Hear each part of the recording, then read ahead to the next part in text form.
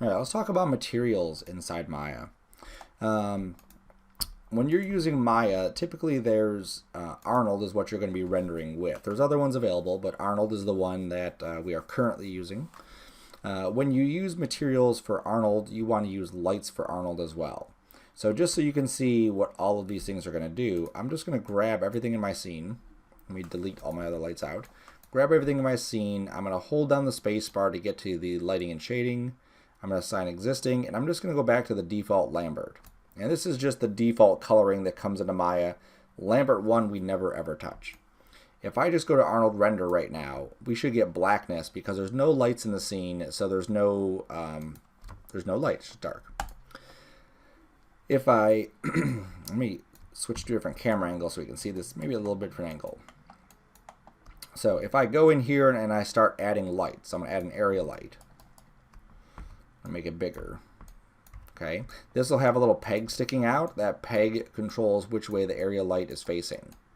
So I'm going to angle it like this. Hit the play button. And still we're seeing nothing, even though we have a light in our scene. I'm also going to go into my render settings and just turn this down real quick. Anytime you do lighting or texturing, it's always good to have your render settings down. Okay, so we get nothing. Typically the area light is really dim. So I'm going to hit Control A. I'm going to take the intensity up to a crazy amount, like 10,000. We'll go back to that Arnold render. And now we can see definitely this is blown out. So we'll go back to our attribute editor and maybe make this 2,000. Okay, if we keep this play button on, we can just change the value and it will automatically update. So I'll set this to 1,000 and you see it automatically update. Now the area light is, it emulates a real light. So the light will basically be here shining on these objects, which means that stuff that the area light is not hitting are not lit up. So you can see back here there's nothing. There's where the light's coming from. It's typically you're going to see a harsh area here and then it's gradually going to drop off. So you want to be careful with where you put your lights because obviously you don't want to have these big burnt out spots. Okay. And also if we were shooting it from this angle, because the light's not on this side, we really wouldn't see as much as you might think. Like we don't really get as much lighting on this side. It could be used for dramatic lighting or something like that, but in this case, that's what it would do. Some of the attributes you'll find in a lot of these is color, intensity, exposure, color temperature.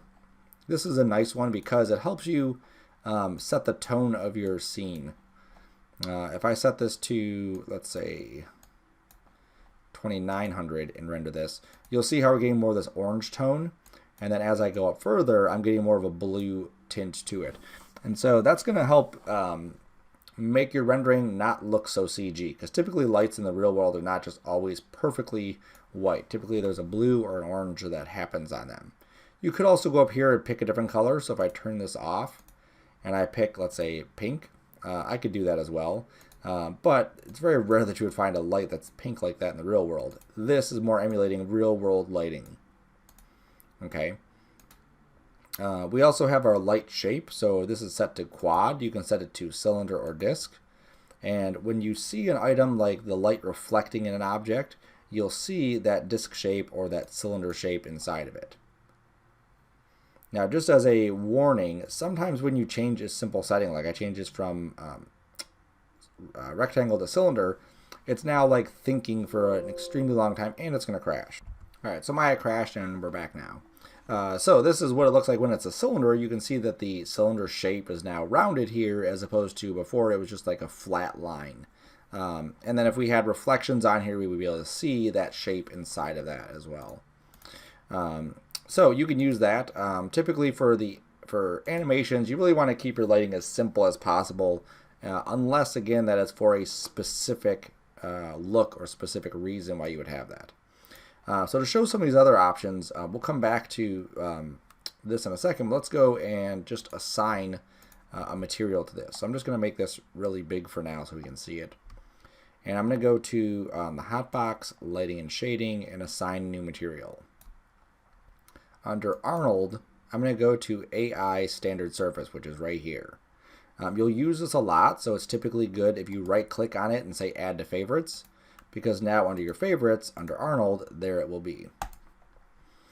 So I'm just going to go in here and set the metalness up to, let's say, 0.4, just so we can see this a little bit more effectively. So I'm going to go to a different angle. I'm going to render. I'm way too zoomed in. Let's zoom out a bit. There we go. Okay.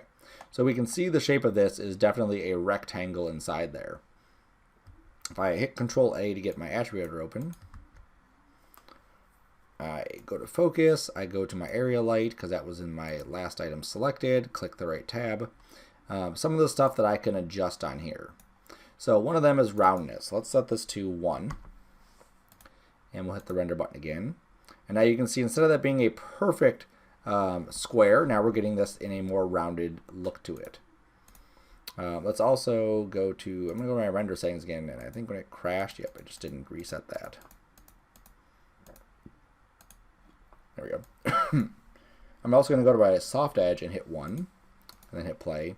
And then that's going to soften the edges of that light out. I may have to turn my render settings up just a smidge, so I can see that.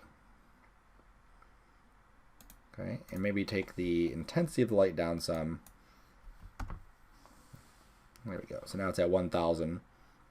So here's what it looked like at 0. Here's what it looked like at 1. And 1 is the highest it's going to go. Okay, so that's what those options can be used for. Now you could also say don't normalize, and you'll see it just totally blows the scene out. And that's kind of balancing this intensity. You typically want normalize on. It gives you more realistic lighting.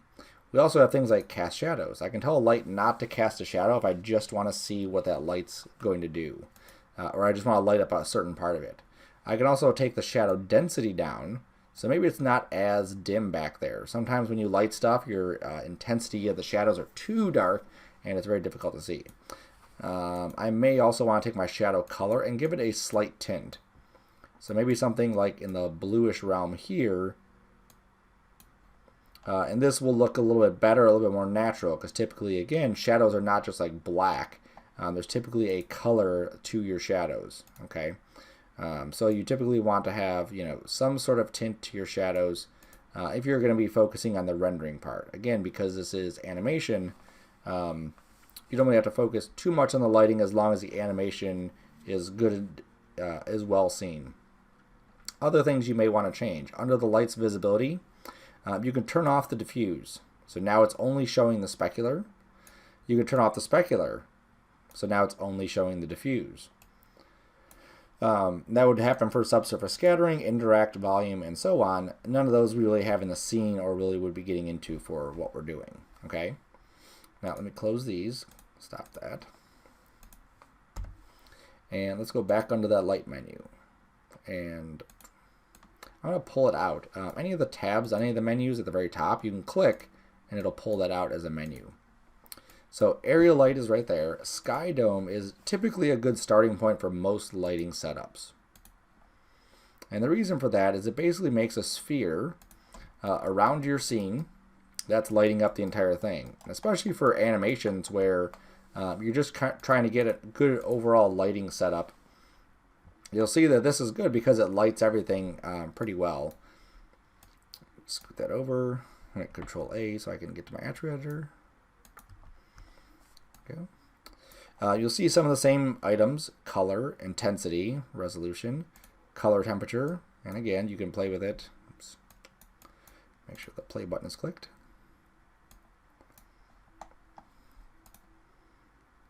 Okay. There's a format here for the kind of sphere it is.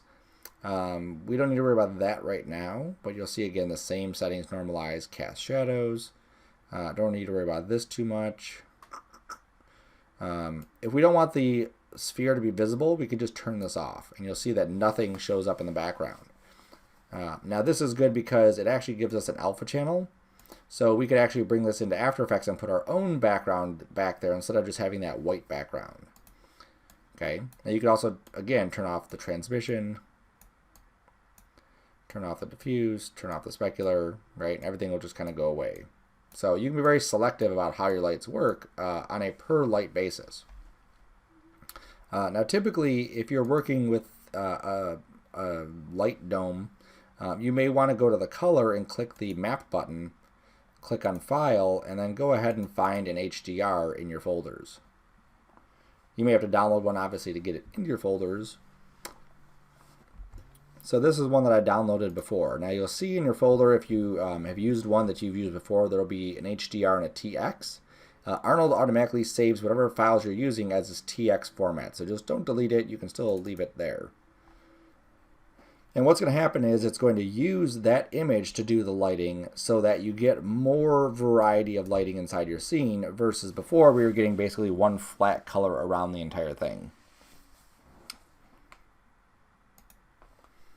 Okay, so it's much more overall pleasing lighting because it's, again, not the same exact color. And based off of, close that, where this sphere is rotated, I'll pick up different areas of lighting.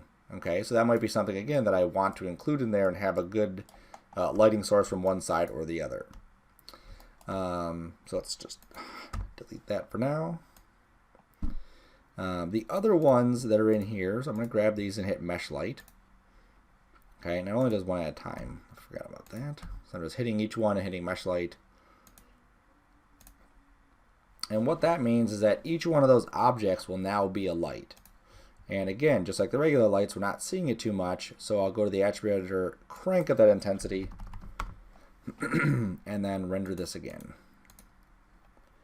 And now you can see it's going to look like that item is actually lighting it up. Now the item itself goes and is like invisible now.